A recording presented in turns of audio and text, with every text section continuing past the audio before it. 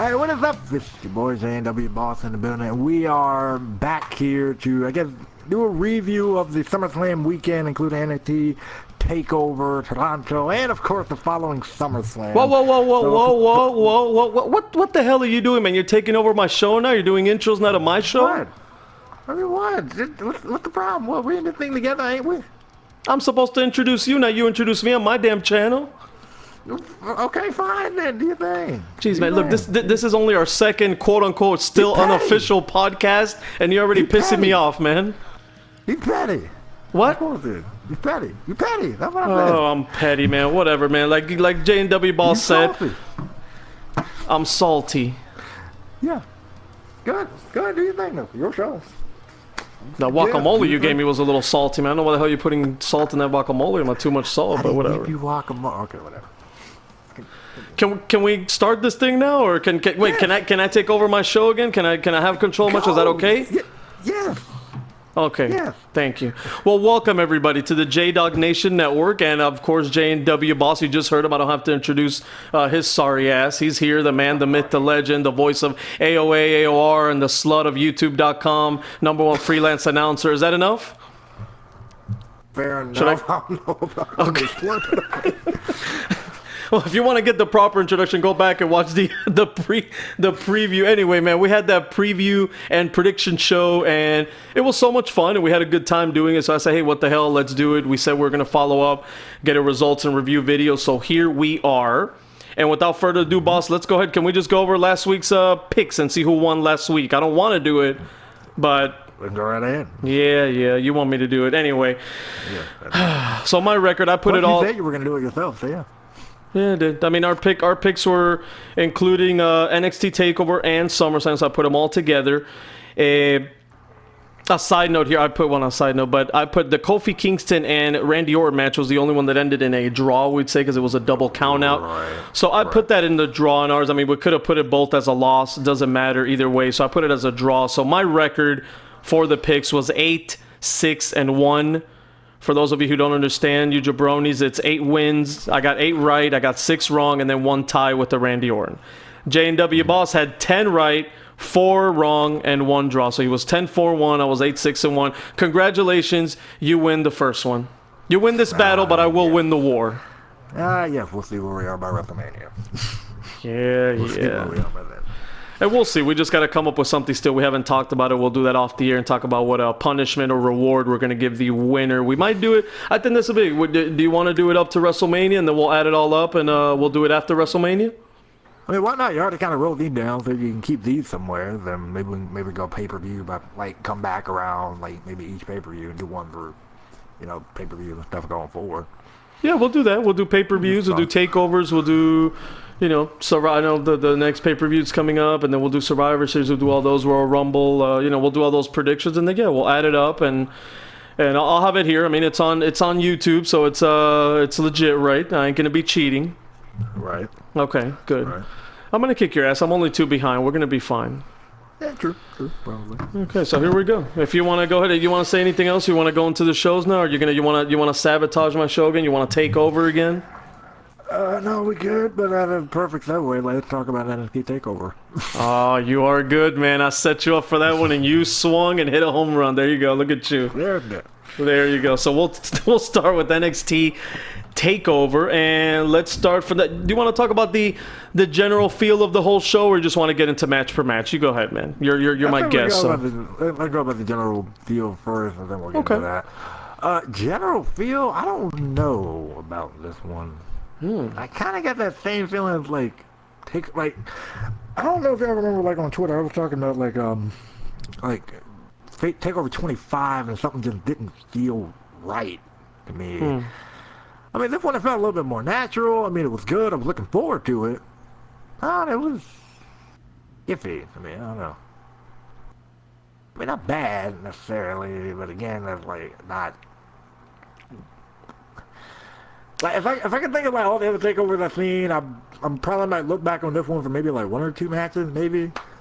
But yeah, I don't know. I think honestly, man, I have to agree with you. I felt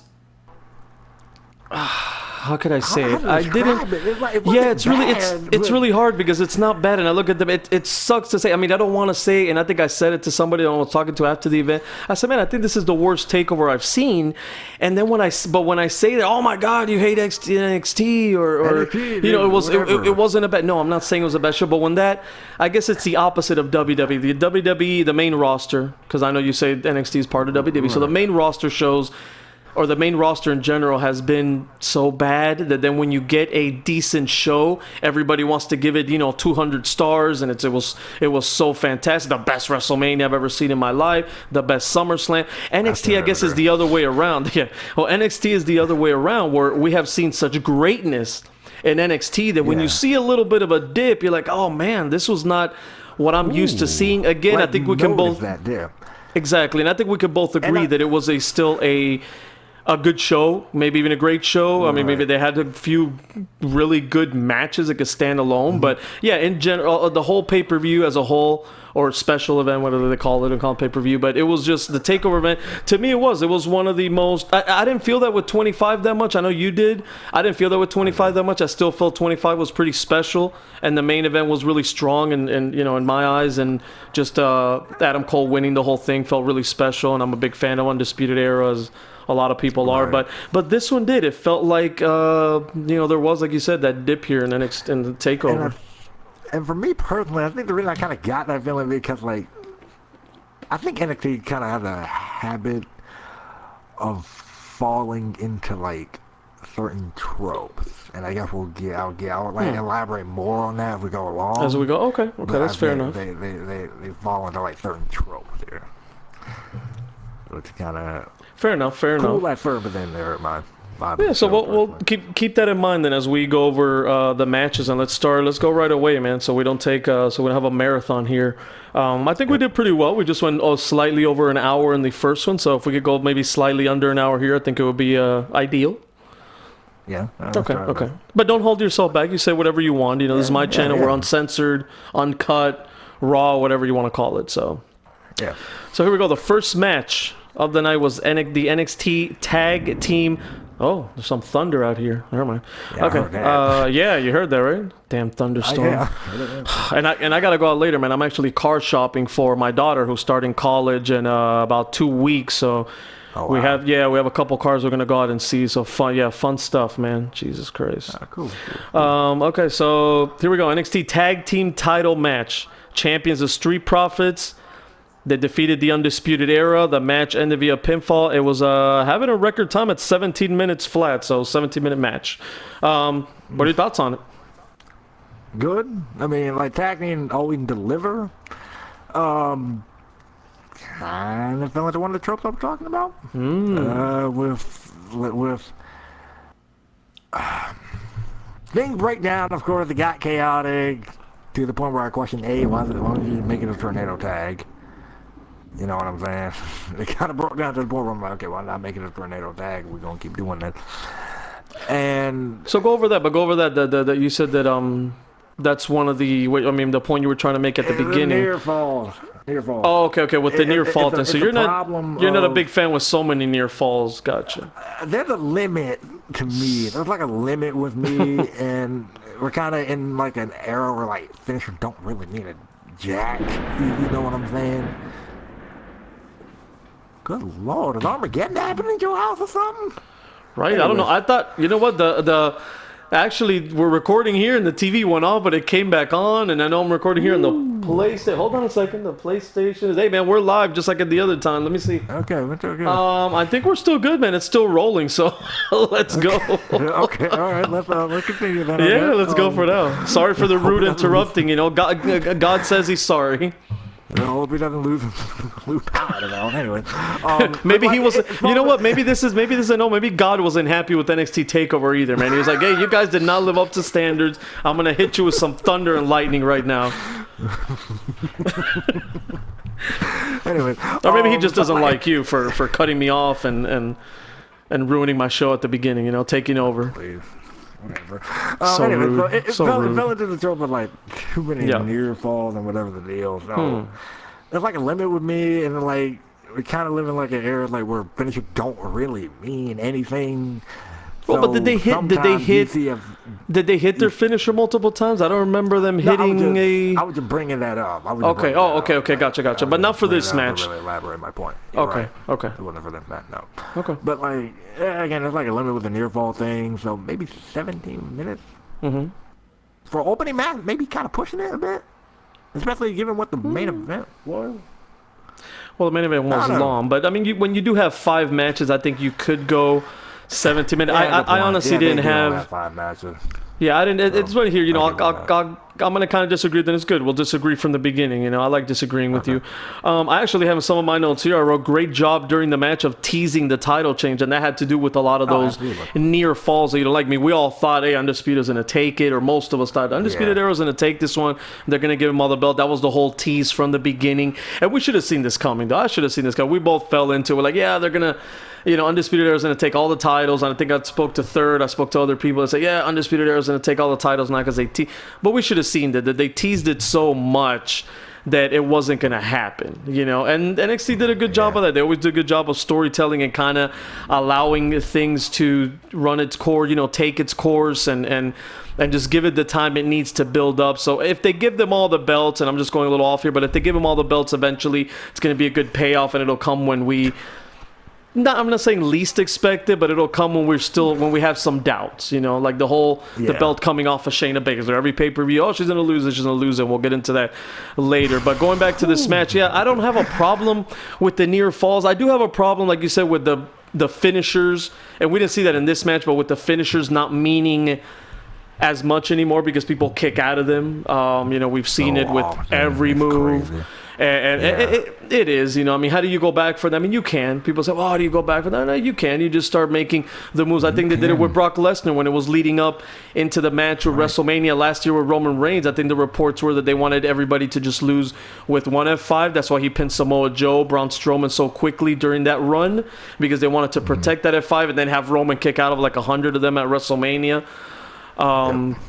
But yeah, I get you there, but I don't think that was the case in this match. To me, it was good. It had a great pace. I see what you mean about them.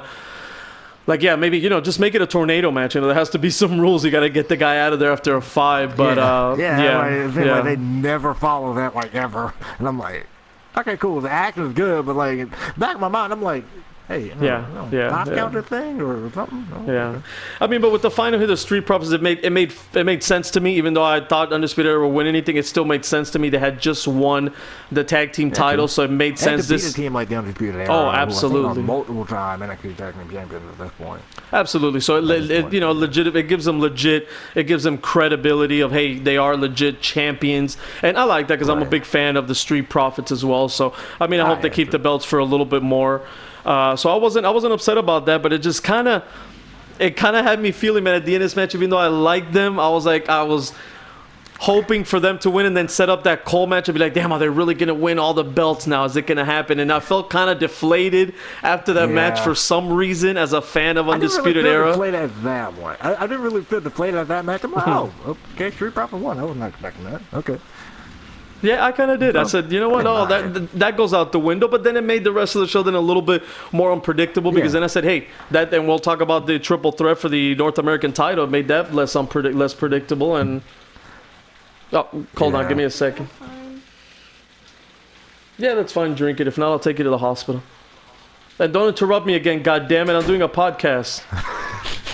Jesus Christ. My son asking me if the milk has gone bad. It smelled horrible, but I hope he drinks it and gets a stomachache. So, you okay? You just admitted that? Like, what? What is wrong with you? The milk is fine. I'm just kidding, everybody. Don't call the Department of Children and Family on me. It's fine. The milk is not expired. He's good. He's a good dad. He's a good dad. Or so they say. Damn, man. This lightning is horrible. I mean, this thunder, it's bad. What a disaster. So where were we at? I mean, the end of this match. I mean, if you have anything else to say about this match, I think we said it all. I'm happy the Street Profits kept it. 17 minutes. I didn't have a problem with the length of the match. I thought it was, again, a good tag team match. They always deliver. The tag team matches always deliver in NXT. But again, going to the whole feel of the show, even though it was a good tag team match, we've seen so much better. We have seen so much better tag team matches. You know, before you think about the American Alpha and the Revival, teams like that. I've seen so much better matches. So it's still Right. but still, I mean, a very solid, good match to start off the show. Right. All right, we'll go to the next match on the card, which was Io Shirai defeating Candice LeRae. This one was via submission, and it lasted 15 minutes. Over-delivered. This match is actually really good. Agree, 100%. I really like this match, honestly. Out of the two women matches, easily this was the best one. Oh, and we'll get into that, but I am Easily. so glad they had this match, because if they just had one women's match and it was that NXT title match, it would have shitted all over the NXT women's division. So Io Shirai and Candice LeRae saved the show for the women, man. Fantastic match. The crowd was hot. The pace was great. Yeah. Talked about the pace in the Street Profits Undisputed Era match, but this one, the pace was great from start to finish. They told a good story of Candice LeRae being the clear-cut babyface who just keeps fighting back, and Io Shirai as the badass heel, man. I thought it was fantastic. I think it started out a little bit slow, but it picked up really well. I was kind of nervous about the fact, because this match seemed like it was starting real slow in the beginning. And then it really picked up by the end. I'm like, okay, I can rock with that. That was cool. That was a good match. Yeah, they build it. They build it up, and I guess some of us want that from the beginning. But a good wrestling match, you build it up. I mean, and it was they had a good build. That's why I thought it was a good pace. Doesn't mean that they had that same pace the whole match, but it was a good pace from beginning to end. My book. I thought it was fantastic. Loved how both women looked strong after this as well. If you want to talk about a little bit about that, she passed out at the end. Io Shirai put a submission hold, and she passed out. She never tapped out. She passed out. So Candice LeRae looked strong, going for what you said last time. You could easily move either of these women into that NXT title picture now, NXT Women's title picture. Right. So, she passed it. She passed out at the end. Cool. You don't have to make any little with the tap out thing. I honestly sometimes prefer the pass out method. And love it. So that worked here. Yep. And it was a good match. I can't really say much more than that. Good match. Good stuff. Yeah, no, we'll follow up a little bit with that when we get into the NXT Women's title match. But next on the card was the NXT North American title match. The triple threat champion Velveteen Dream ended up defeating Pete Dunne and Roderick Strong. This was 17 minutes and 45 seconds via pinfall. Okay, this is a match I felt deflated in. Ooh, interesting. Some people online, and look, I'm sorry to cut you off, but some people online here I'm looking at the stars, and how many stars they get. They gave this match like 4.25 star. I think that's a little, I've seen better triple threat matches, or like NXT episodes than that. I agree. In my opinion. I agree. So, but Yep. overall, good. Not as probably good as 4.5 stars. That's probably pushing it. Yeah. But this is the match I actually kind of felt deflated. I knew Pete Dunne was gonna be a fall guy, but oh man, this really felt like this should have been Roderick Knight here. Even from how they were hyping him up in the video package, it felt like he was gonna. You know what I mean?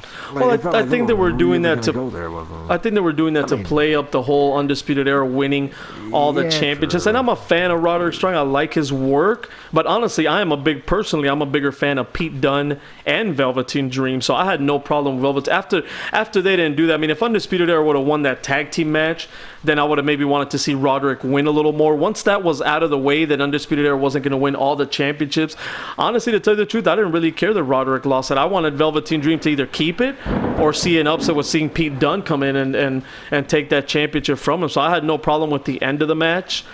I thought in general, I have here my notes, I thought it was a fun match. Like you said, we've seen a lot of better triple threat matches. So this is where the show kind of, it started off hot with the tag team match, a good tag team match. We've seen better, but it was a good match.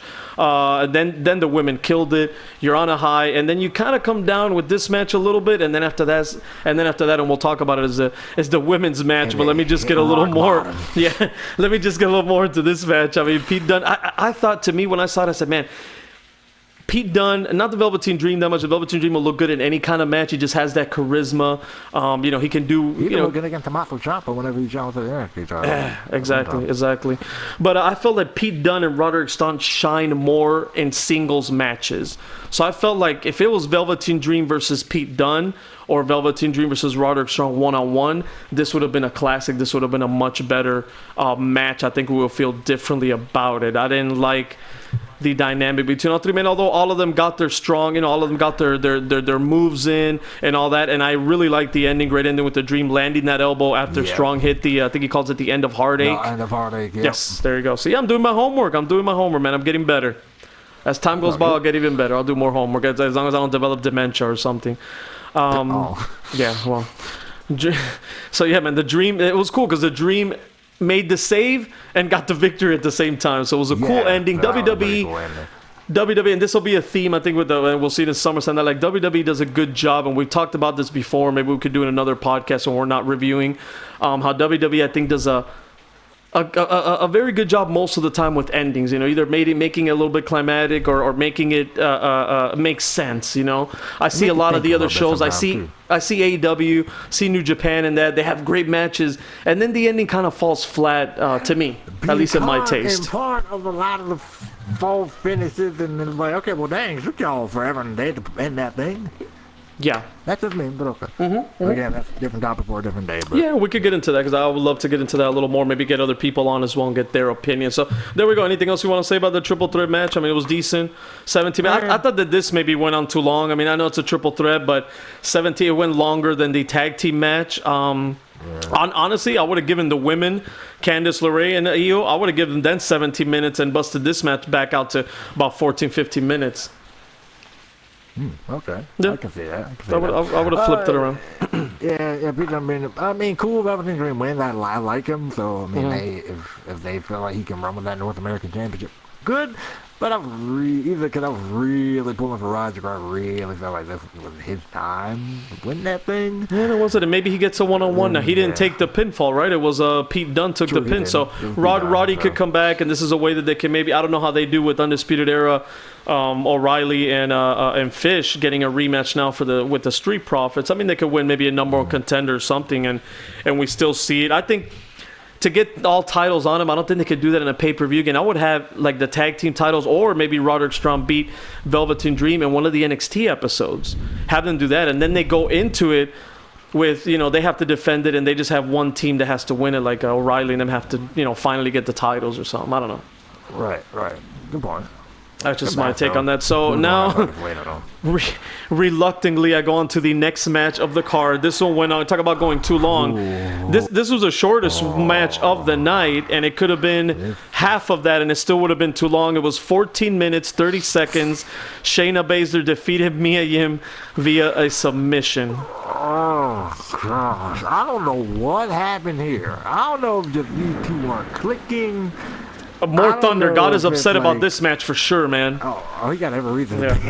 And you know what? I like. It's funny. Every time we did the other podcast, it was rain, and people could hear that behind. Now I have rain again. Now we got thunder, but we got rain. I mean, it's kind of soothing, though. Maybe you could put this on and put this podcast on while you're going to sleep and hear my soothing voice. And hear, I wish I could get Third Strike on here with his sexy voice and, with this rain behind us, and maybe people can put us on to go to sleep. Then we could I don't know if that's a good thing. Then we can get Justin on air from XPTV East Coast. Oh, there you go. Then we get Justin on air from XPTV East Coast. Bro, you want to talk about a way to get this up to sleep? That would be it. Anyways.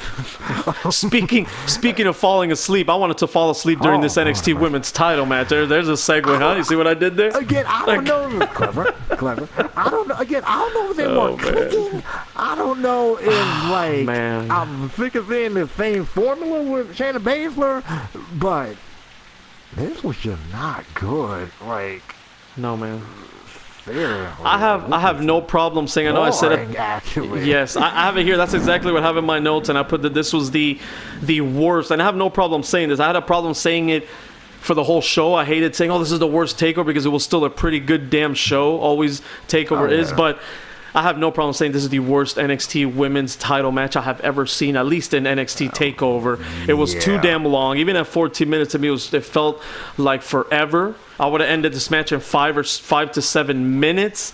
And Boss, as soon as I saw, and I know I picked Yim to actually win the title, and I feel like an idiot for this. As soon as I saw her coming out, and the crowd was just dead. They were quiet. They were dead, and I'm like, this crowd will pop for anything. Yes, this crowd pops for anything. So That's a great point. This crowd pops for anything, and they were dead for Yim. And I said, well, there is no way in hell. As soon as I saw that, I'm like, I know I got this pick wrong. There's no way in hell that Mia Yim, they're going to give her the championship. Could she change? Could she get better now? Could the crowd get behind her in the future? Yeah, absolutely, it could. But for this moment, when she came out at NXT TakeOver, man, I said, this woman, they are not going to give her the championship. This match is done, booked, delivered. I don't know. Maybe everybody felt like that, too, in the crowd. That like they felt like Yim had no chance. She's not over as a babyface, and I think with Shayna Baszler, she's had those great matches, but she needs to be in there with a hot babyface, man. That's why I like your prediction. Say, hey, Shayna Baszler, Candice LeRae, Candice takes the title, because that'll be a hot crowd that will want to see Candice go over Shayna Baszler as the underdog. Right. And this, I don't know what this was. Oh. And why do I have a feeling they're probably going to try to feud her with Io Shirai next? Who, Shayna? Because of... Or no, they're Yim? going to feud Yim with Io Shirai after this. I would do that, and I would have Io just kill her, and, I'd do something with Yim, because whatever they're doing with Yim ain't really working from what it seems like. Well, no, not everything is gold, man. Even though NXT is great, and we talked about that last week, we are not, and this proves it right here, we're not just NXT fanboys, and we'll sit here and I say, hey, NXT to me has been far superior, especially the takeovers have been far superior than all the pay-per-views of WWE. But this proves that, hey, we are, we're fair and unbiased here, man. We will call it as we see it, and this was horrible. If I could say anything good about the match, TV shows have been hit and miss. Yeah, I know what you said there. Yeah, and you're right. And I think, can I say something good about the match? Go ahead. Okay, I'll say something positive. I really like the ending. I like the storytelling told with Yim working on the arm. So she took away the choke. What does she call it, Shayna? I forgot now. I can't remember. I forgot what she calls it, but her finishing move, something like that. The finishing move, the chokehold, man. I like how she worked on the arm. So then she escaped it, I believe, twice. I think she escaped it twice by just pulling on the arm, the injured arm. I was like, oh, that's good, and it got good for the last maybe 2 minutes of the match. So I will give it that. It was good storytelling at the end. And then she chokes her out with her damn legs. That was beautiful. Yeah. And I was clapping them because, number one, I wanted the match to just end. But number two, I thought it was a pretty good ending. So I'll give them prop for that. But a horrible match, man. Horrible. Looking choke too. That was a brutal looking choke. Yeah, it was. Like, it was. Dang, okay. I wonder if she was pissed. If she's like, man, I'm so pissed off about this match sucking. Let me just break this bitch. I don't know. Like. But yeah, and I give credit that she actually sold the arm, which actually prevented her from doing stuff. Other than another match, I remember Tommaso and Alistair were like, Tommaso working on the leg, and Alistair was still hitting moonsaults and all that. I'm like, oh come on. Oh yes. That like irritated me so bad. Like, yeah, so this was great. The storytelling, she can't hold on to that because the arm is injured. So. Okay, yeah. I mean, enough about this. I mean, I guess if you want to say, what do you think the future of the NXT women's division? I was going to ask you after this, but I guess I got your answer. You think Yim probably, and Io Shirai, and then, so who's the next challenger then for Shayna Baszler? Do they just throw in Candice LeRae? Do they do another number one contenders match? I could see them doing like a triple threat between Candice, Io, and Yim. Okay, maybe even a fatal four-way. They've done that before. So if there's no clear-cut direction, maybe they do a fatal four-way. Shayna still retains after the fatal four-way. Then you start building up to a Candice LeRae, versus Shayna Baszler later on, maybe for Survivor Series weekend, or even extend it to the Royal Rumble, maybe. I guess you want to rock that way, but yeah. Well, we'll see what they do, man. So now the show picks up again because it's a main event. I'm excited anytime Adam Cole, Johnny Gargano's there. NXT title, best 2 out of 3 falls. First fall we know is the straight up match, normal wrestling match. The second fall is going to be the street fight. And the third match, William Regal was just going to pick something, pull something out of his ass, which he did. The champion Adam Cole defeated Johnny Gargano at the 51-minute mark. This match almost went an hour. What are your thoughts? Long. What? Man, long. 3 falls, I get it. But this match was, man, long. I like the finish of that normal match, though. The DQ. Yeah, I like that. I did. It was creative, man. It was good. I love Gargano played it off beautifully. Gargano was like, I don't give a fuck. I got DQ'd, but now I'm gonna whoop this guy. I can easily beat the dude with the chair now. Yeah. Now I'm gonna whoop this guy. I mean, at the end of the match, and it looks kind of stupid if you look back and like, dude, you just gave up a fall, and now you lost at the end. But it was fun. Like when he did it, I'm like, what the fuck are you doing? I think I've done that in WWE 2K before. The what? You're gonna have to refresh me on the street fight because I think like during the street fight I had to step out for something. Oh, how dare you! How dare you! This is the main event of NXT Takeover, and you stepping out. Street fight.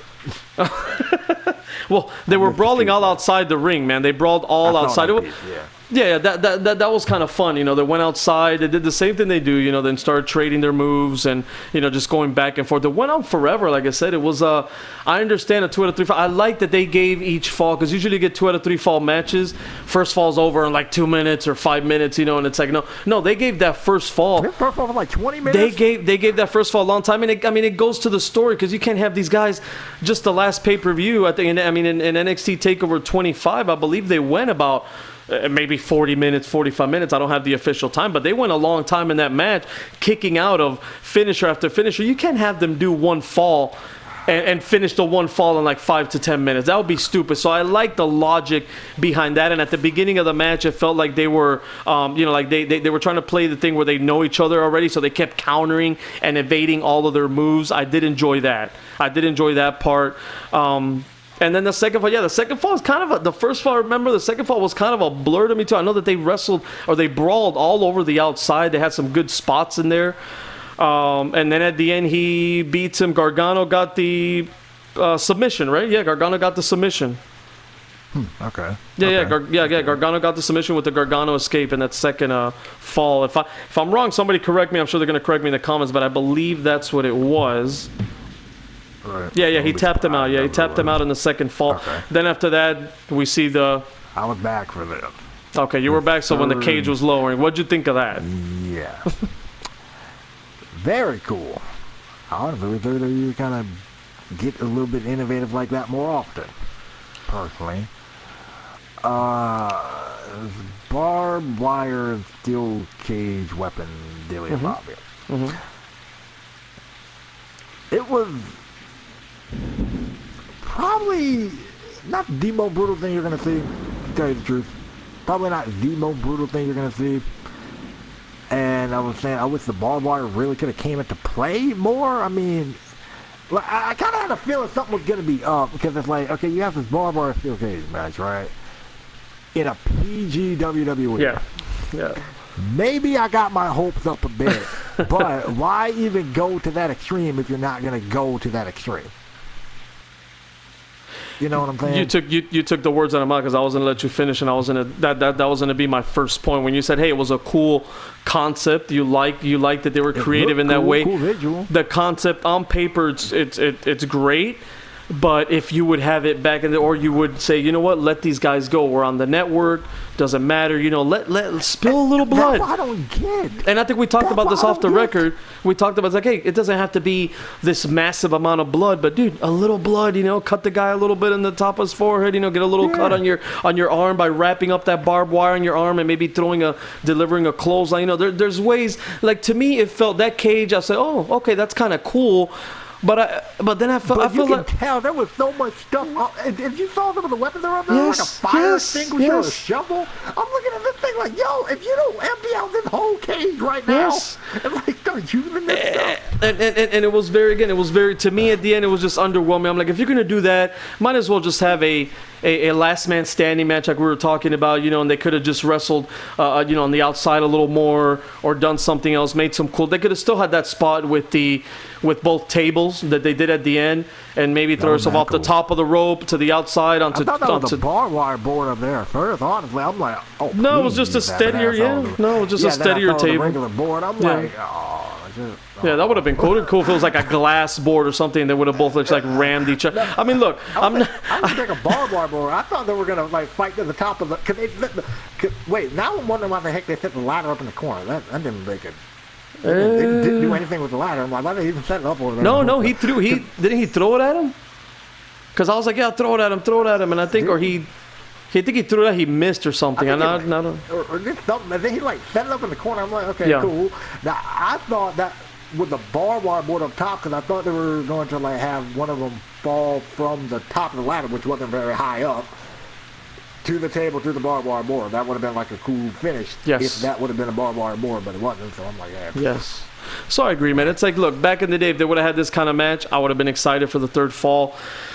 There was just something I'm like, oh, cool, yeah, it's cool, but it felt like a tease, man. It feels like going to a strip club. You know, you go to a strip club, you give $1 here, and I know you're a young man. You probably don't go to strip clubs. You have, you're a Boy Scout, and I don't. For the record, I actually don't really enjoy those establishments, even though I've been into them. I've been in them before in the past, but it's like that. It's a tease. You go into a strip club. And you give some money, give that, and then you leave with blue balls. Yeah. So, that's what I felt after this match. I felt like I had big, huge blue balls because WWE just teased me and they didn't fuck me. With a barbed wire cage, like how? And I'm sorry I went a little rated R there, but I don't give a shit. This is my channel. Like I always say, you don't like it, go watch some other crap. Fair enough. But like the barbed wire cage, like you are opening the door for Bob Dylan doing crazy things. Yes. And then Johnny Gargano teased it, grabbing bolt cutters and then grabbed the barbed wire. I thought they were going to do something there. That was the biggest tease because I'm like, oh, okay, he might, Please, wrap it around your fist. Do something crazy. I thought he was going to try to choke him out. I thought he was going to put him in the Gargano escape with that around his head. I think we saw Tommy Dreamer Edge do that one time at One Night Stand. I believe when they had that tag team match. So yeah, you wrap it up around the guy's head. We've seen other guys do it too. That would have been cool. That wouldn't get all the blood. I mean, that would get scratches on it, a little bit of blood coming out, but it wouldn't be that massive amount of blood. So I think that would have been a good compromise if they would have done something like that. But again, man, I felt a big tease, and I liked. Was it still a good match? Yeah, was I excited during parts of it? It was fun. Again, another good match by these guys. But I honestly prefer and I like their other two matches a lot better. So going into the whole theme of the night, like, hey, it was good, but, I've seen better. And that's the same feeling I got after this match. I mean, I got a win, and then both of them somehow fell off the top of the board. Thinking about that fall again, I'm like, cool, but... Yeah. No one was really going for a move for that to happen. Like both of y'all just tumbled at the same time. Yeah, I mean, look, if you want to have that finish, like I said, I wouldn't have made that cage match because this tease is I would have had him a last man standing. You know what? We're gonna end this thing, and he could have maybe came out too, willing to say, you know what? We're gonna end this thing. You guys have battled back and forth, a lot of falls. It seems like everybody's tied. One guy won one match, the other one the other one. You guys won each a fall. We're gonna end this. There's gonna be only one man standing at the end of the night. Have a last man standing match. You could still have this same finish, put the tables on the outside, have them crash through like 2 or 4 tables if you want, and then just have Adam Cole get right up at the 10 count and he beats the 10 count, and boom, you get a winner. You still make Gargano look good.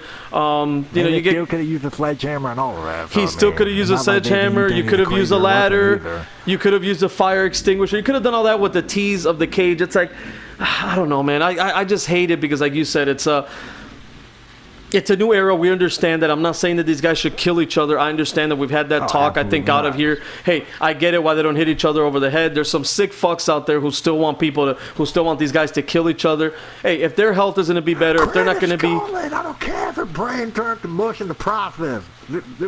Yeah, no, absolutely. So, I don't want it to go back to that, but if you're going to tease that and you're going to do that, I think once a lifetime or once a year, whatever, two guys could have maybe a little bit more of extreme match. It doesn't have to be ECW, doesn't have to be CZW or whatever. You know, these CZW be going overboard. Yeah, like, exactly. This is not backyard wrestling, but if you're gonna have something like that, give us something a little more, man. Wrap that barbed wire, like you said, around his head or something. But yeah, I mean, we could go back and forth. Yeah, something, man. Something. Right to something. The back. Bam, good shot. That's it. And then you get a little blood action in the back. Or, yeah, you're right. Anyway, so what did you feel about the match? And afterwards, did you feel like this was better than their other ones, or did you still like the other ones better like I did as well? Their other matches? Okay, out of the three, New York is honestly at the bottom of my list. Why? Which one? The 25? The very first match. Oh, the very first, man. The first 2 out of 3 falls match. Bottom of my list. Okay. Because, sorry, the problem that I had about near falls were like magnified to like a ridiculous proportion. I thought that was a problem you had with the second match, the one at the one-on-one one, the one that was just one fall. I had a problem with that too. When he gave him the Panama Sunrise to the when he gave the Panama Sunrise to the floor and then. Like what? No. You know what? I don't. That's game. I didn't have a problem with that event because it was NXT 25, it's a big event.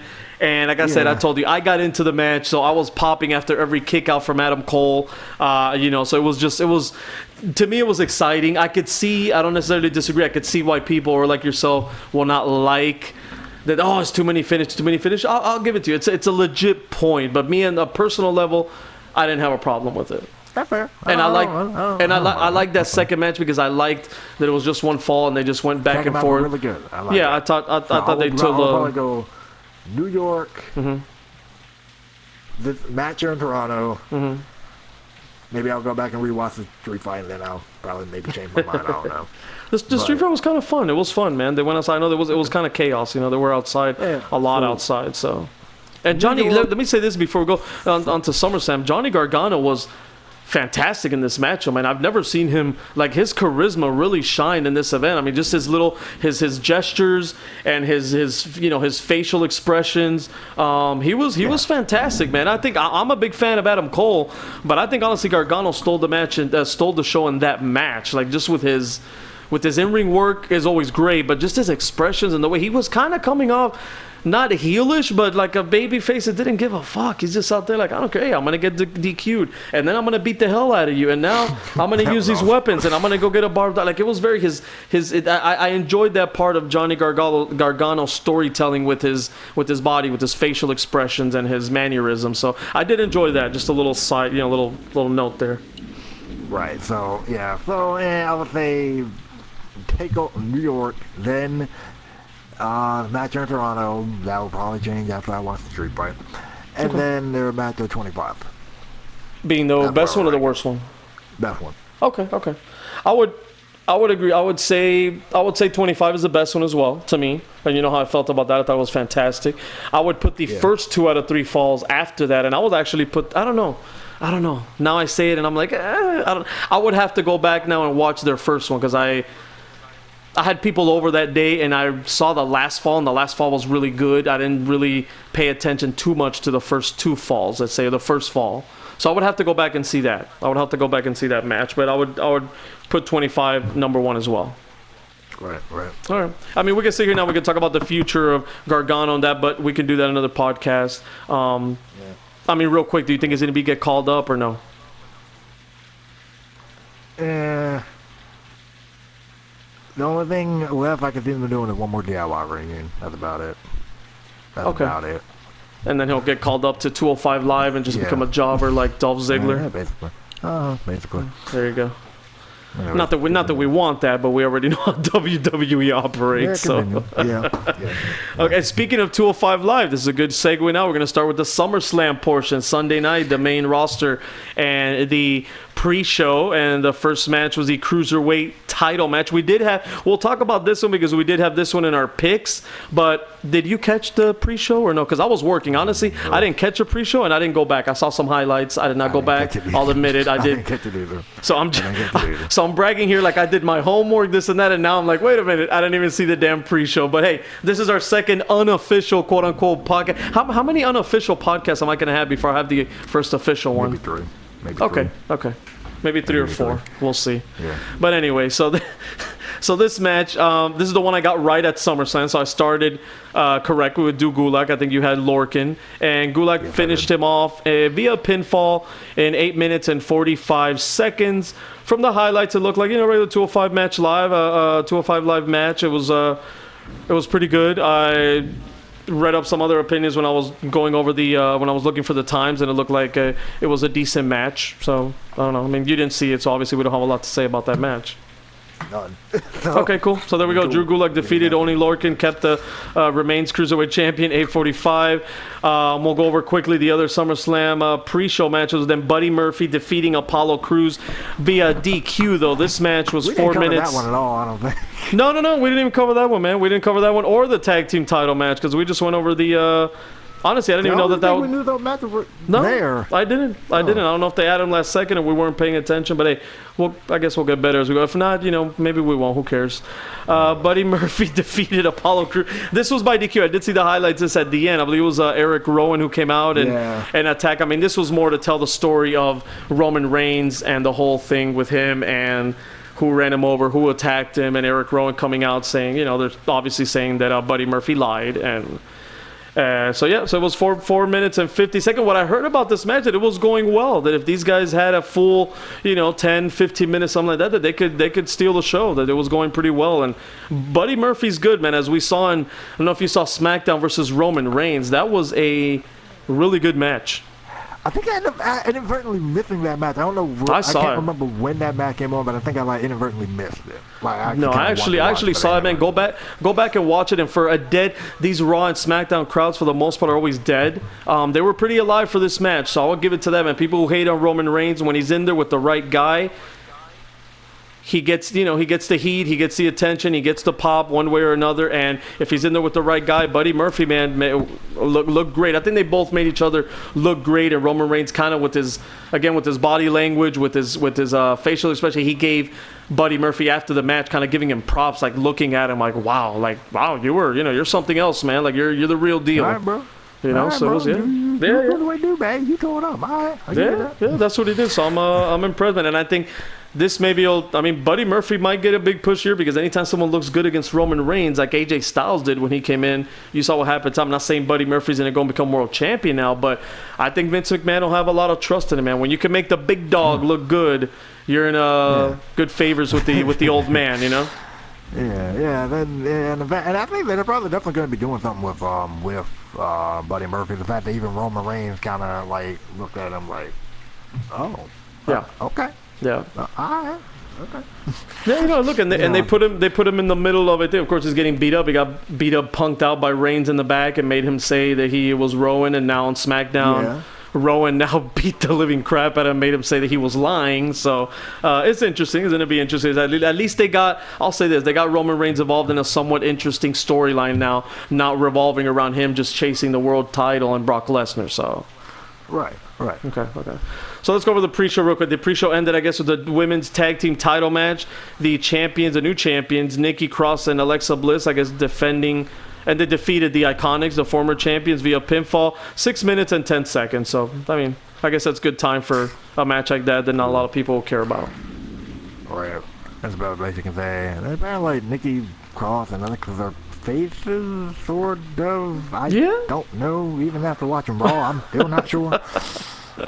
They were heels because Alexa Bliss is always a heel. Alexa was a heel. Yeah. Nikki was probably more the face, I guess. And I thought they were going to do the storyline of Nikki tag with, reluctantly tag with Alexa, but then Alexa ended up manipulating her just to get to a women's championship match. Then we left to a one-on-one feud. But no, now they gave him the. Or they're still going there or what? Yeah, I don't know. Now they give him the tag team titles. It'll be interesting to see if you're interested in that. It'd be interesting to see where they're going. I would like to see because the obvious thing is Alexa Bliss screws her over. Alexa Bliss just using her, manipulating her because that's what it is. But it'd be Because cool. We're building it up. Yeah, but anyway. to me it would be cool if Nikki Cross is smarter than we think, and she's ahead of the game, and she already before Alexa Bliss just kind of disposes of her or screws her over, Nikki Cross just kind of beats the hell out of her and does something, you know. It was kind of funny. Maybe they kind of double turned that moment, or not? They swerved that moment. Like maybe like Alexa, like maybe they're sitting there celebrating or whatever. And you know how they like to do the tag team partner celebrate. Yeah. The other partner gives back, gets some distance, let the other person celebrate, and then decks them. It'd be kind of cool. Maybe she's sitting there doing that. Nikki Cross is sitting there celebrating, turning to the crowd, waving to the crowd, doing whatever she's doing. And then all of a sudden, she turns around. Alexa tries to hit her, but she blocks it and then just lays out Alexa. Could do that, saying that she was ready, that she knew it was coming. So I would like to see that instead of just the same old Alexa Bliss. Or, I just thought of this, they could lose, when they lose the tag team titles, Nikki Cross just we know she's crazy, she's batshit crazy, so she goes into that Nikki Cross just crazy, dude, and she just beats the living hell out of Alexa Bliss. But then you have a problem of like, are you going to present Alexa Bliss as the baby face, and you could do it short term, but Alexa will always come back to being a heel, but enough people kind of like her that I could see her be a face for a little bit, for 5 minutes. I don't know. Right. Could be wrong. Good point, I guess. Well, then we got the main show, boss. The main show kicks off. Speaking of women, it kicks off with the WWE Raw Women's title match, which was a submission match. Champion Becky Lynch ends up defeating Natalya. 12 minutes, 25 seconds they got, and it was via, of course, submission. It was a submission match, so. Good women's match. Yeah. Pretty good. What, for 12 minutes? I'm like, that was good. I mean, maybe could have gave it a little bit more time, but for 12 minutes, not bad. Yeah, they could have. They could have gone a little longer, but I think, sometimes maybe you go a little bit too much. I'd rather them go 12 minutes was fine. I mean, it was a submission match. I like how they played into that right from the beginning. Yeah, they were working a body part. I like how they traded their own submissions at the end too, right? And I think Becky, I know Becky put her in the sharpshooter, and then Becky escaped actually the sharpshooter after that. So that was good, man. I thought it was some whack finish, honestly. I thought it was probably going to do some whack finish of some sort. Yeah, I did as well, man. I thought, okay, maybe Ronda comes back, but then no. But it was crap. She got put in a sharpshooter. They're about to remake the Toronto for 26,000 times. And this crowd was behind Natalya. At the beginning, I heard them cheering Becky, but as the match went on, they got really behind Natalya, man. They were actually, I think, sometimes even booing Becky. But then when Becky won, they gave, they popped for her as well. So I thought the crowd was, from the beginning, the crowd was good. I was happy with that. The Toronto crowd was good in this match, and we'll see that later on when we talk about that Kevin Owens match, because they were lit for Kevin Owens, boy, and I was happy as hell to see that. That was fantastic. Okay, so enough of the women's match. I mean, to talk a little bit, I mean, we're not gonna. The good thing about doing the review now is that we can look back also on Raw and SmackDown a little bit. We don't have to go into too much, but the boss, Sasha Banks came back. What do you think about that, boss? And it was that was cool. I loved how they did it, and I've been saying this. Becky Lynch. This was a good match. It was a good match. Natalya was a good opponent for now, but Becky Lynch, to solidify herself as that great women's champion, she needs a great feud, maybe 2-3 matches with a top, heel. Because Becky Lynch is still over, regardless of what people say, oh, it's getting old, it's not. No, she's still over. They still pop for her. She's still selling a lot of merchandise. So her versus a heel Sasha Banks, I am all on board for that. They could milk. Money. I'm good. Well, they technically already have it for the month. So they could milk. Yeah, they do, right? They got your $9.99. Yeah. But they could build this match, man. They could build this now into 2 or 3 pay-per-views, and you can milk this. I mean, if done the right way, they could milk it. It could be great. You could even maybe have a title swap. Maybe Becky does lose, and you put over Sasha Banks, and then Becky, it takes her 2 pay-per-views to get her title back or something, and maybe she gets it right back. I don't know. I mean, I would hate to do that to Sasha, to give her the title again and lose it again, which we've seen that happen so many times before. So I don't know what you do there, but I'm interested in seeing that. That's going to be a good feud, so I'm happy about that. I kind of wish they had Bayley play some type of role in this. Well, they still have supposedly the brand split, but it seems like they kind of swept Bayley and Sasha title reign under the rug after that whole fiasco with them, both of them falling out in the middle of the floor. Well, it'd be cool, you know, if they want to get creative, they could make Sasha, they could give Sasha the title, but have it where, where Bayley, since it's at a pay-per-view, they're both there, even if you got the brand split, Bayley helps her do that, man. And then Bayley and Sasha are kind of these heel champions, like, yeah, look, we finally taken over the women's division, this is where we belong kind of thing. So you could do that. They could probably bring up their pouting antics. It's pretty well known. Corey Graves even mentioned it on commentary whenever Sasha Banks came back and everything. That, you know, like, she was spending time pouting, and I'm like, oh wow, they seriously brought that up. Okay. Yeah. So you're right. You know, the Bayley can say something like, you know, we were pouting the way we were because we know we deserve better, and right now we have the chance to prove it because look at both of us right now. You know what I'm saying? Just something like that. Just something to kind of downplay it as them not acting like a bunch of jokes. I agree. No, I would love to see that as well, man. Let me see. So, okay, I mean, if you... No, Lord. Next match. Goldberg defeats Dolph Ziggler 1 minute 45 seconds too long via a pinfall. I'll say one thing though, man. I want to say this right off the bat. You know, I hate Goldberg to death, and we both feel about Dolph Ziggler. He's, you know, Dolph Ziggler is Dolph Ziggler. Both of us. But I'm gonna say this, bro. I'm apparently crucified for not liking Dolph Ziggler. Yeah, me too, I guess. I don't know nothing about wrestling, and I'm crucified for not liking Dolph Ziggler. No, look, and I've said it. I think we both agree. The guy's great in the ring, and he sells like a beast, and that's what I was gonna say right now. Dolph Ziggler took that first spear. I rewinded it a couple times, and my kids wanted to watch that. I rewinded it a couple times. That first spear, he took it like a champ. He took it like a beat. And speaking, if I can go back, speaking of SmackDown, man, that Roman, go back and watch that Roman Reigns and Buddy Murphy fit. He speared. Him inside out. Yes, he speared him and he flipped it inside out. So I thought the Ziggler took it like a beast, and then Buddy Murphy's like, yeah, you want to see me take the spear? And he kind of like one up. No, hold on. He one up Ziggler. Let's not forget Cedric. Dolph started it. Cedric tried to follow when Drew McIntyre destroyed him with that Claymore kick. By the way, that was a good match too. That was a really good match too. It was. And then Buddy Murphy tried to follow it up too, and it was like, yeah, no. I want to see a competition of all three guys keep trying to one up each other each week. Yeah. Oh my God, that'll be so fantastic. Give me a second, boss. Hold on here. Let's go. All right, I'm sorry, just a little technical difficulty there. Okay, so you want to see these guys see who's the biggest jobber? Is that what you want to do? If you get something like this, I'll take it. I'm sorry.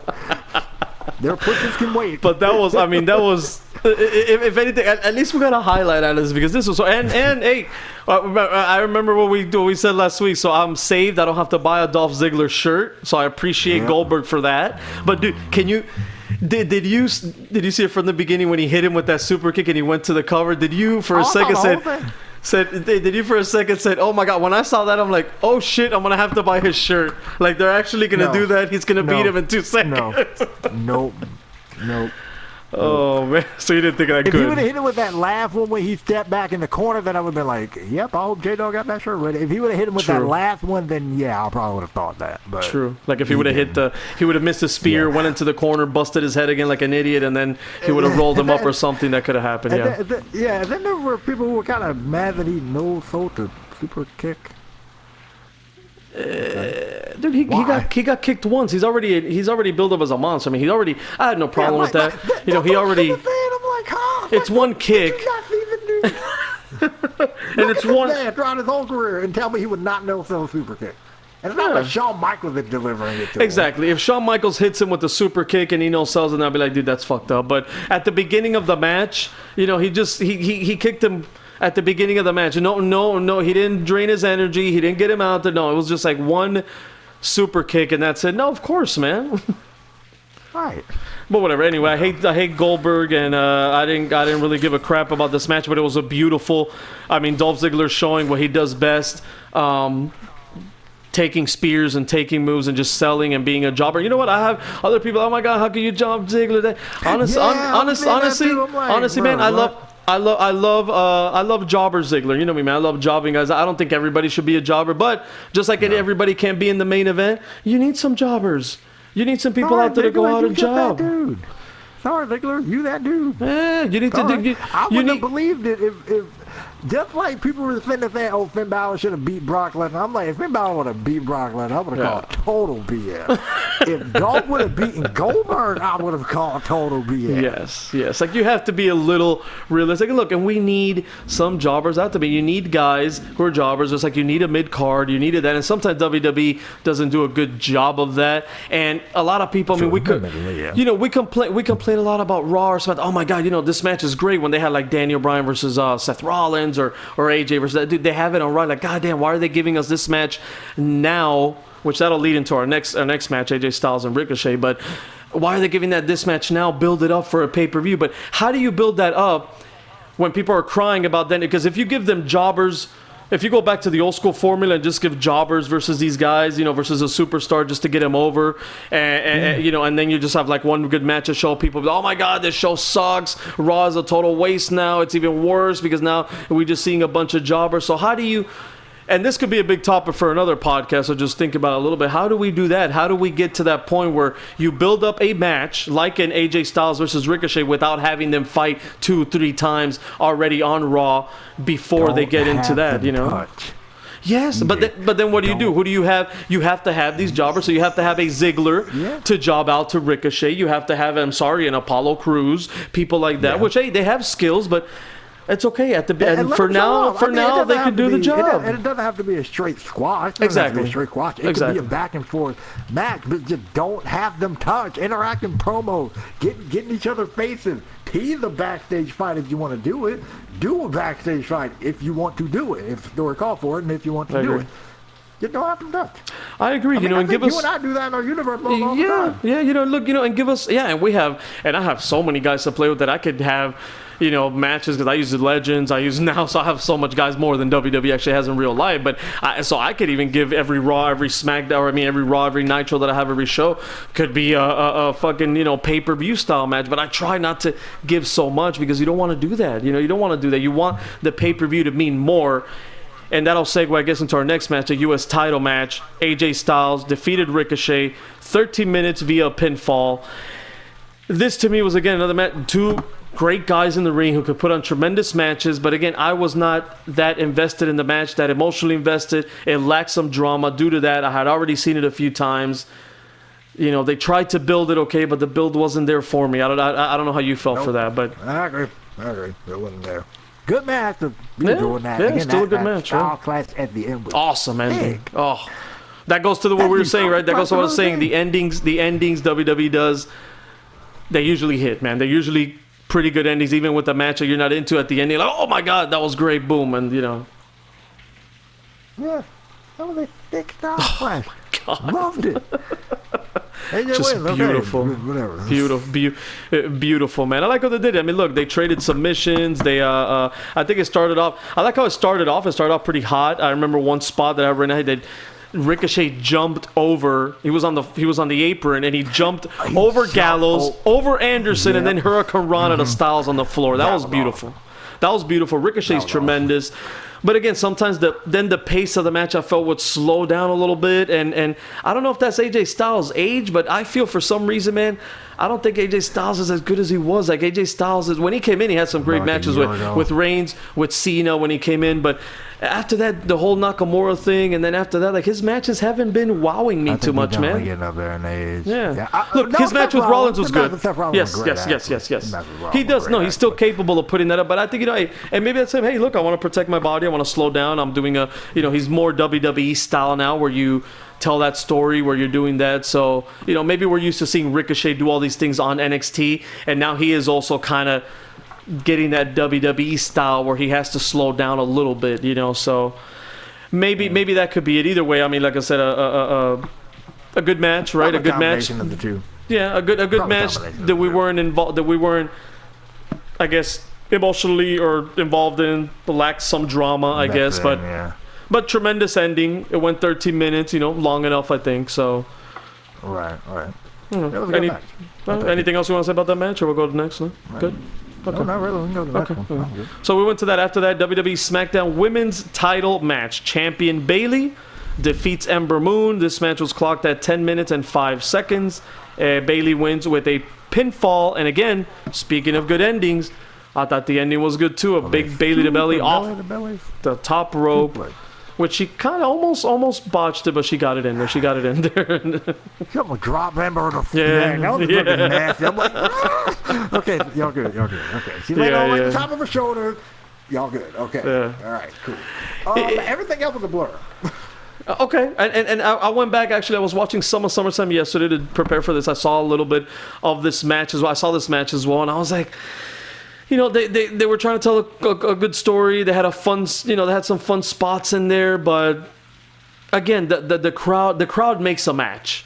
And I've always said that, man. I mean, the crowd, whether it could be two guys that are not technical masterpieces and they could have a fantastic match, Rock and Hogan, WrestleMania, the crowd will just lit. We'll see it later on after this with that match with Shane and Kevin Owens. So that match just makes a match so much better. And this match, if the crowd was into this match, it would have been a lot better. We would probably think better of it because they had some good moves. They had a good back and forth. And I thought Ember Moon, they teased Ember Moon winning there a little bit at the end. But yeah, man, no, it was just a decent match. You know, I'd give it like 2.5 stars, something like that. If I would have to, to rate it. I know we're not rating the matches, but it was what it is. And the crowd. But is that because of these women or is that because of the booking of them? Because we've seen Bailey have crowds pop for her. Ember Moon has what it takes. So I think it's just the way of they booked Bailey so long as just a loser. And then, she went to the tag team, and then boom, here we're giving her the payoff of the SmackDown title without really building it so much. And then Ember Moon has not been built at all, and she's stuck into a match. So that to me was the big deal here, why it wasn't received better. I think it was a combination of both. It was a combination of, poor build, and probably the match too, because I said everything was a blur. Yeah. I mean, from what I remember, it wasn't bad. Exactly. But it wasn't bad, but nothing. Nothing to write home about. But then we go after this match. We go into to continue on. Kevin Owens defeats Shane McMahon. 9 minutes and 20 seconds, man. A pretty short match, but I think it was enough time. I don't think you needed to give it more time. I was fine with that. Right. Wait, did you say Shane and KO? I blacked out for like 5 seconds. Yes. Shane and KO? Okay. Yeah, Kevin Owens defeating Shane McMahon. Wake up, boss. 9 minutes, 20... I know the rain is putting you to sleep. I'm sorry. I can't control that. I thought this match was going to get a bit wilder than it did. Fair point. I thought this match was going to get a bit wilder than it did. Fair point. I think they told the story. They had a few good spots, but yeah, I didn't think of it that way. Yeah, you're right. It could have been a lot more wild with Shane McMahon, but maybe he's trying to save his body. I don't know. I would have took if I was I did like the spots that they were doing with how like after the ref bump and how they had like KO beat the brakes off of Elias with steel chair. And then we came back in. He like kicked like low blow Shane as he was getting the chair out, and then pop up. That was cool. Yeah, that was cool. Yeah. I thought KO would have beat him with the chair afterwards, but after the match was over. But I mean, he popped the home down crowd. He stayed, and Shane still showed up on SmackDown. Yep. And you could see the disgust in Owens' face. It was beautiful how it was on SmackDown. He just, as soon as he heard that music, he covered his face. He dropped to his knees like, God damn it, why doesn't this man just go away? But, I mean, Shane was over as hell as a heel in this match. I don't know if it was... I don't think it was on SummerSlam. I don't think it was that get off my TV heat or go away heat like people say. I think it was actual legit heat in this match. And KO was just, man, it was so over. And I'm like, dude, if this guy can get over like that, they book him well, and he can get over like that everywhere. God, this would be... I think they're going to full circle this thing and then have him compete one more Hell in a Cell match. Have him compete what? I'm sorry? I think they're going to full circle this thing and have them compete in one more Hell in a Cell match. In another Hell in a Cell, then we'll finish it off there. Because I can easily see them do KO versus Elias for Classic Champion. You get him out of the way. Yeah, right? yeah.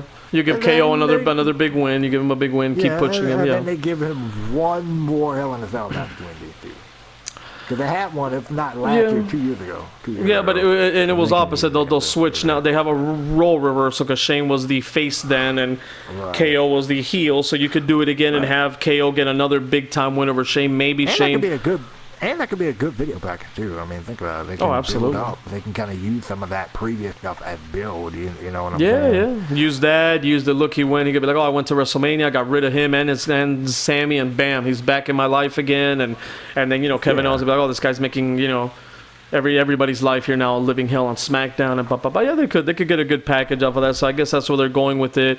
Going back to the match again, man, the crowd just beast in this match. And it wasn't a great match, but they told a story. And on top of what you said, I like the way that again Shane just stood there like, dude, just whack me, get DQ'd so I could get rid of you. And he's just struggling with that. I always love that. It reminds me of CM Punk and Chris Jericho, who did it very well at WrestleMania 28, I believe. Yes, here in Miami when they fought for the WWE Championship. And it was like if Punk got DQ'd, he would lose the title. So he just was in a whack him, and Jericho's like, how's your sister? And that was so great, dude. Jericho was such a beast there in that thing, and then CM Punk playing it also. This kind of reminded me of that, but it was told well, man. It was it was just a story told well. It was simple. They got it going, man. 9 minutes, the crowd stayed hot the whole time. If they would have dragged it on, maybe the crowd dies down, but I guess I get what you're saying. Oh, another spot I liked. I like when he had that close fall when Kevin Owens went on the top rope. I think he did a swanton first. Then he did the frog splash. Crowd was into it. Boom. I think Elias pulled the ref out at that time. And that was a good one. Yeah, and then the low blow to Shane. That was beautiful. Like you deserve it. So. All right, man. So we go. Let's see. Keep going here. We're almost done. Next match: Charlotte defeated Trish Stratus 16 minutes. 35 seconds via submission. You want to start, or you want to hear my... This match surprised me. Really, really, really surprised me with how good this match was. It didn't surprise me, to tell you the truth. I don't know why. It did not surprise me because I know that Charlotte is good. Charlotte's one of the best in the ring right now, and she could, with a hot Trish coming in... Not hot. I mean, she's still hot, bro. I don't know how old she is, but she's still hot as hell in that one. But I mean, hot with the crowd. With the crowd, and in her hometown. So Charlotte brought out that inner Ric Flair, man. She's talking shit the whole match, just strutting around. It was a beautiful thing to watch. I enjoy that. I enjoy that good heel work. And Trish just, I've seen, we saw a little bit of her when she had that tag team match, or, and in the Royal Rumble thing, she made an appearance. I was like, you know what, she could still go. And even if it wasn't a technical masterpiece, it wouldn't be like a Charlotte versus a Becky, or Charlotte versus someone else who can go. Like, I knew that the emotion will be behind this match, and the crowd will be behind it to make it even better than what it, it could be. But even with that, even taking the crowd out of the way, like both the women just told a great story, and it was awesome, man. It was awesome. It was good. I thought it stole the show. Up to this point, I was like, dude, this match stole the show. And WWE, I think, did a thing like on a poll. Hey, what match do you think stole the show, or was the best match, or stole the show, something like that. They didn't even have this match on there. I was shocked. I was like, are you kidding me? Like, what to me, did they have up there? They had the Universal match. They had, I think, the WWE title match. I think they had Kevin Owens maybe in there. So I don't know. No. Style. They did have Styles and Ricochet, and they built that already. Coming, this is the match that could steal the show. I hate when they say that now, because then it doesn't. Like, don't say that. Sometimes it doesn't. Like, my problem is they say it for the wrong match. Yes, I remember the one time. They say it for a match they know good and well ain't gonna probably do it. I remember the one time that JR said that, and it lived up to it, man. It was WrestleMania 19, Chris Jericho and Shawn Michaels' first WrestleMania back. And he's like, this match could be a show stealer. And it was.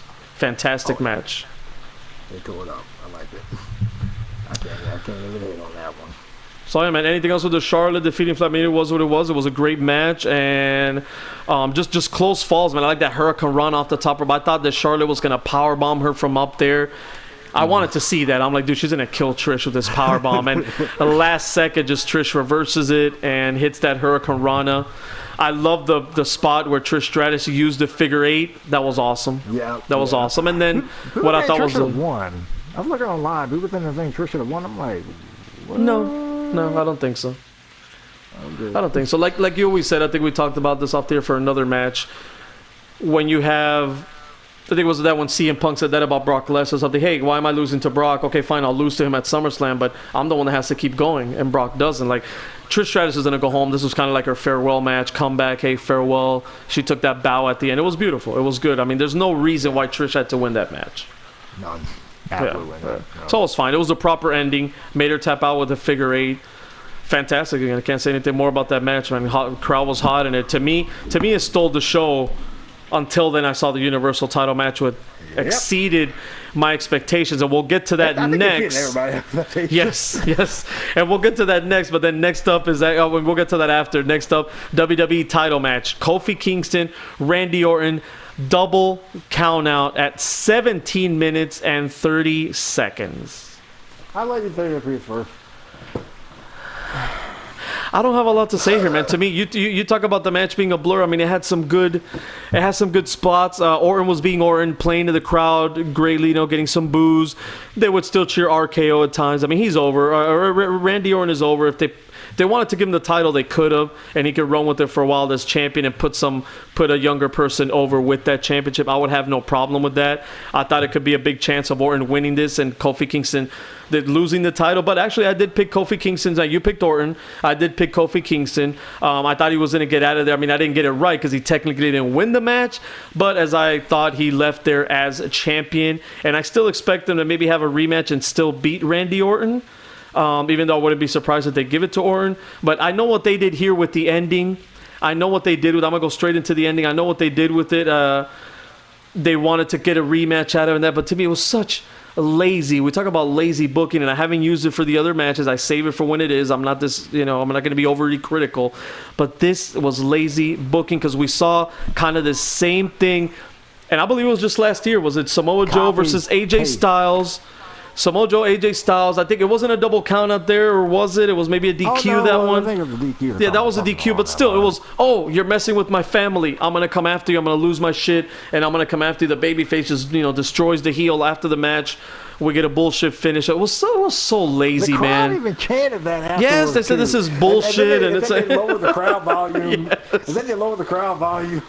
The people were chanting or whatever.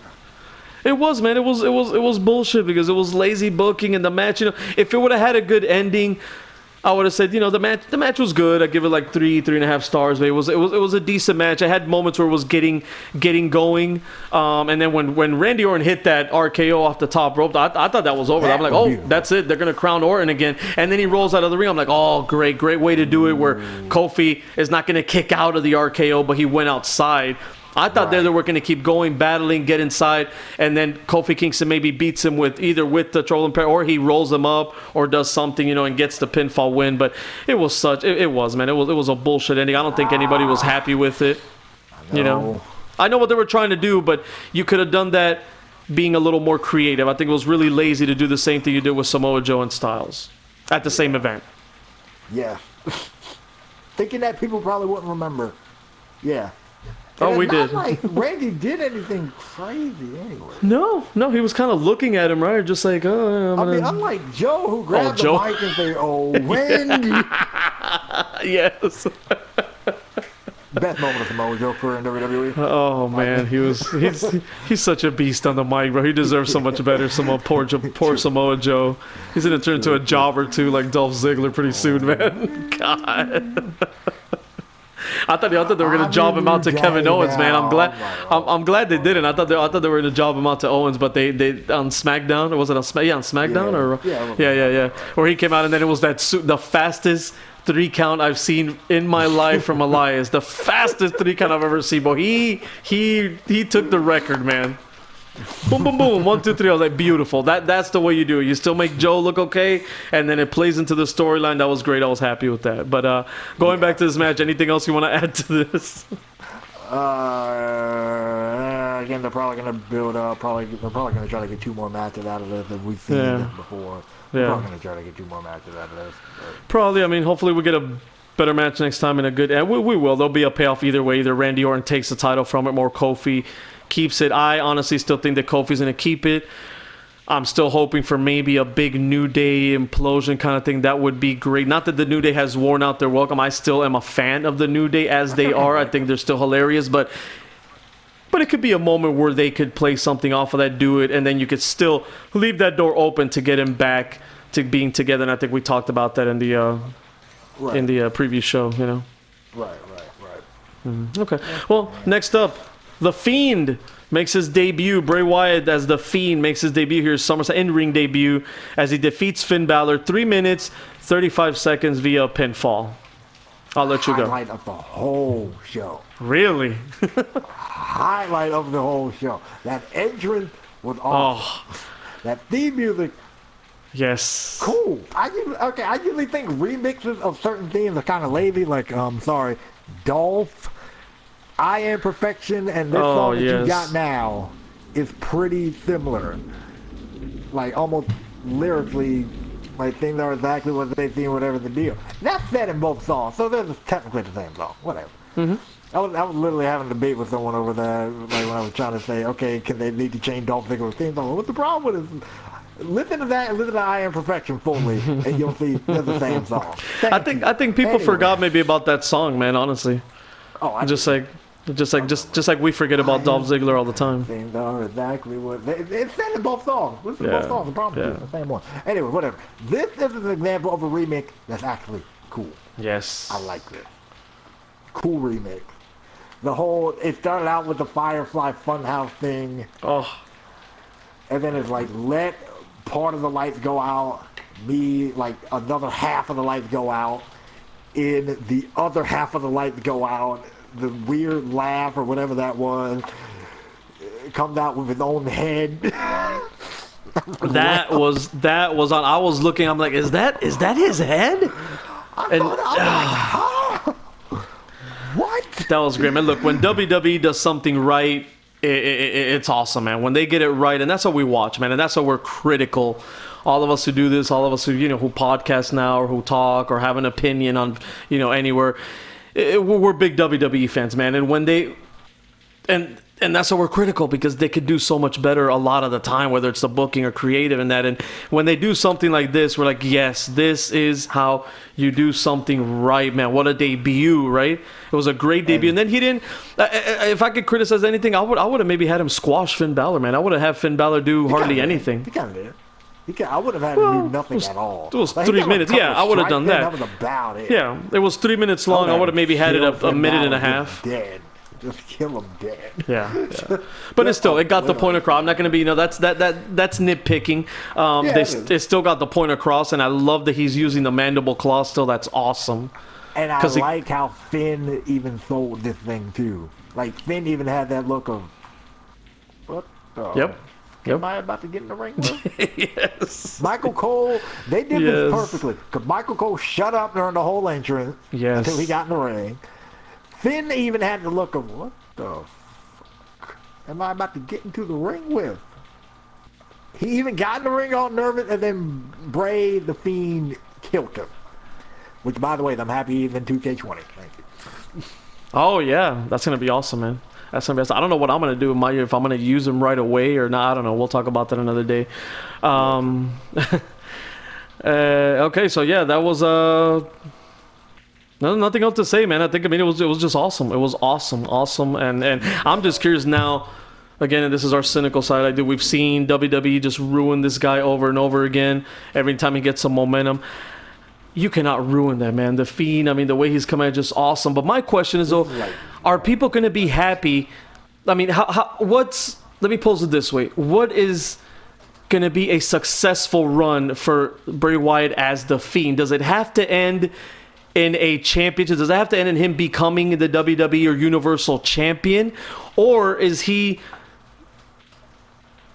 still, can he be like an Andre the Giant, Undertaker type of figure where they didn't really need the championship and it is still a success because he doesn't lose matches, he's winning most of the time, and he's just this intimidating figure? So which one is it? Because I know a lot of people are going to be pissed off. Look, you don't give him the championship. He needs to have the championship. Same thing with Braun Strowman. Like, he needs to have the championship right away. I don't know. I don't have the answer. That's why I'm posing that question. I don't know what it'll mean to have a successful run as the Fiend for Bray Wyatt. They could do both, kind of like what they did with Undertaker. Like, they kept him out of the title theme. They kept him out of the title theme for a long time. A while when he came back as a dead man. Like, he didn't win it. Nope. Like, I mean, even if first go around, he didn't win it. No, I think no. No, he won it. Around, he won it quick, but it was later, a year in. Yeah, but it was for a few. It was for a few For a few days. He won it Sunday. He lost it Tuesday in Texas. So, yeah, a couple of days. A couple of days he was champion. And then after that, yeah, they went a long time without giving him the belt. So, sorry, go ahead. Yeah. And then until like 2002, and then from there, the next time he held a world title was 2007? Like, following that, it was like 2007 was the next time he held a championship. Oh, well, you mean when he came back? Because before that he did. After he actually initially won it from Hogan, and I believe that was 91 or 92. It was 91, I believe, Survivor Series. Yeah. And then after that, he did win it in 90. It was WrestleMania 13 against Sid. He won the championship there. Second, yeah, he won the championship second, which was but that's a lot of years. It's a lot of years. Won in 98, 99, somewhere around there too. Yes. And then I'm talking about like from when he returned as the American Badass, he won the belt in 2002. He won the world title in 2002, or the undisputed title, whatever the deal. In 2002, and then I'm talking about from 2002 to when he came back from the dead man and all that. It was like from 2002 to 2007, he won the world championship again. So it was like 5 years, during the span of like 5 years before he won a world championship again. After, like, when he came back into that, man. So what you're saying is that the Fiend, he can have a good run without. He could go a couple of years, 2-3 years, and you don't have to give him the world title, but you can make him this intimidating. Give him good feuds. Exactly. Look, let him continue. I would continue. If they want, they could continue him feuding with the Finn Balor. Finn Balor comes back as a demon, and I would have the Fiend beat the demon Finn Balor as well. That'll put him way over again, and then you can make him feud with other people. Maybe not, I don't have anybody on top of my head, but then you could have him feud with some lower talent that still could get him over. That he's haunting somebody else, and maybe I would put then the Fiend versus Braun Strowman, and I would have him even go over Braun Strowman then. So you continue to build him as this unstoppable force. He doesn't need to get the championship right away. You just keep building him in these awesome feuds.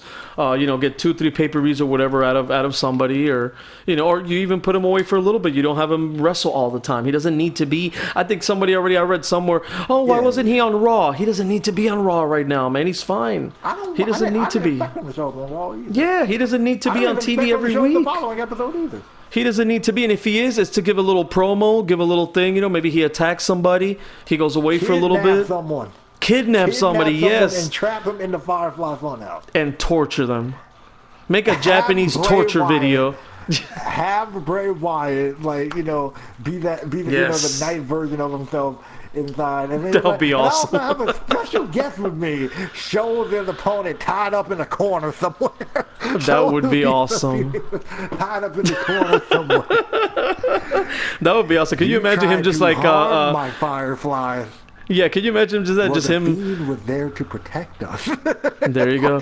Just kidnapping Bobby Lashley, or kidnapping Apollo Crews. Something like that, or Seth Rollins. Seth Rollins is the champion now again, but if he wasn't champion, something like that, dude, just kidnap him, someone like that, and trap him in the Firefly Funhouse. Trap him in the. That's awesome, man. I like that. I really. Well, there you go, man. So we talked about how you can book him without. And other people might disagree. Let me know in the comments, what you guys think. If the Fiend, does he need the championship rather quickly, or would you like to see this slow build of him just being awesome, for a long time, and having that Andre the Giant, Undertaker kind of feel that they're larger than life, and they don't need the world title, When they win it, and I think he should eventually maybe get it and have a little run as the champion, but he doesn't need that to be successful, I guess. So, I guess we answered that question. Let's go on, man, because I think we're going over the hour here. We started, it's impossible for us to... You love the sound of your voice.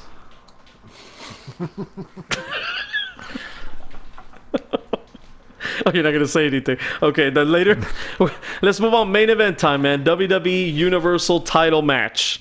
Seth Rollins defeats Brock Lesnar again. This one, 13 minutes, 20 seconds via a pinfall. Lesnar has now laid down and done the favors for Seth Rollins twice. Something he didn't do for Roman Reigns. Cleanest way possible.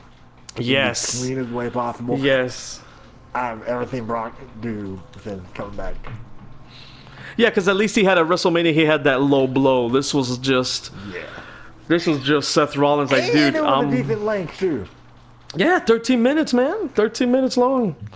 It was, they had a match where Brock Lesnar was beating the hell out of him, but Seth Rollins, kept coming back. Seth Rollins had his offense in there. He looked, and I liked that, man. I like when Brock Lesnar has those type of matches. I think We're Over was fun when he did it to Cena and he beat him and he beat him without Cena hardly getting any offense in there. It was kind of fun, and we all had to laugh about that and but expected that. Yeah, nobody expected that. But now, we don't need that, man. We need a Brock. If you're going to be hanging around Brock, have these kind of matches, man.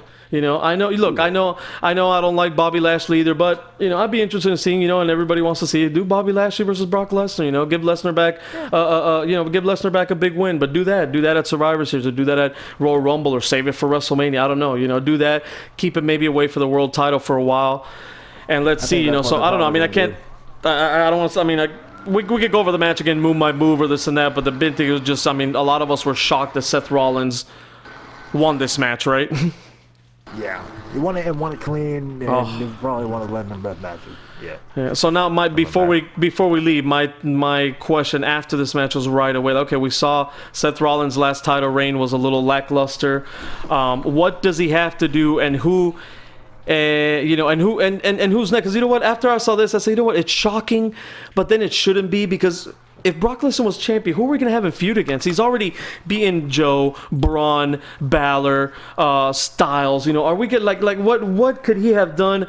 He kind of treading water. Yeah, what could we have done on Raw? Now with Rollins, you could go into the he's already fought McIntyre, but you could have him at least to have a good match. You could have McIntyre, and you could have him feud with you could have a Rollins versus a Balor eventually. You could have a Styles again, which they did on Raw. I'm interested in seeing Rollins versus Braun Strowman. That's going to be an interesting match. That should be fun. So I think he has more opponents, more matches, more stories to tell there with Seth Rollins. I hope they do him good and they book him in some good feud. And from what I saw in Raw, that was good, man, with Braun, because I'm like, oh my God, they're just going to go into Styles again, which I don't mind him having another match with him. But that tease at the end with Braun grabbing the title, giving it to him, and just, I'm like, okay, I could see. No, that he kind of looked at it first before he gave it back. Like, he was about to give it to him, then he kind of pulled it back, looked at it, like, okay. Yeah.